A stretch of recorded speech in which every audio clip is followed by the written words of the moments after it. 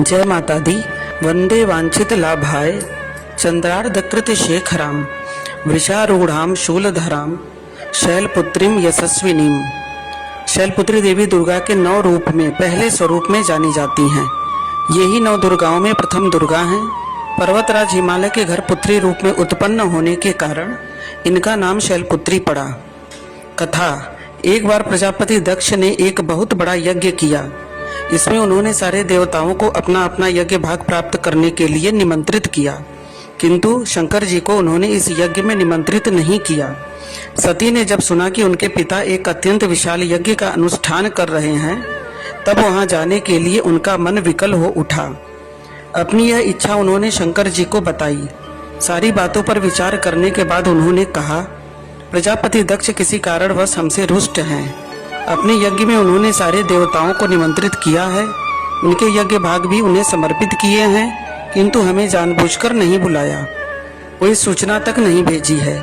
ऐसी स्थिति में तुम्हारा वहां जाना किसी प्रकार भी श्रेयस्कर नहीं होगा।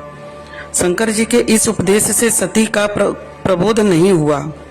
पिता का यज्ञ देखने वहां जाकर माता और बहनों से मिलने की उनकी व्यग्रता किसी प्रकार भी कम न हो सकी।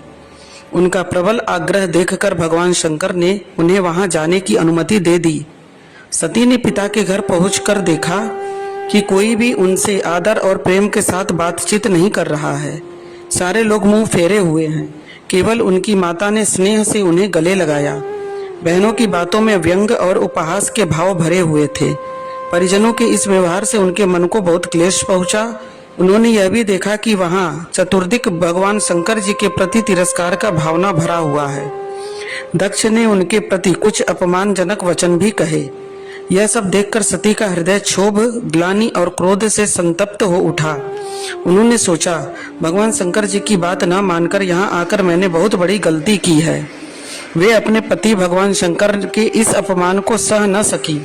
उन्होंने अपने उस रूप को तत्क्षण वहीं योगाग्नि के द्वारा जलाकर भस्म कर दिया। वज्रपात के समान इस दारुण दुखद घटना को सुनकर शंकर जी ने क्रुद्ध हो अपने गणों को भेजकर दक्ष के उस यज्ञ को पूर्णतः विध्वंस कर दिया। सती ने योगाग्नि द्वारा अपने शरीर को भस्म कर अगले जन्म में शैलराज हिमालय की पुत्री के रूप में जन्म लिया।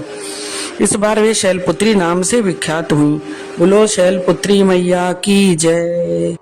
या देवी सर्वभूतेषु मां शैलपुत्री रूपेण संस्थिता।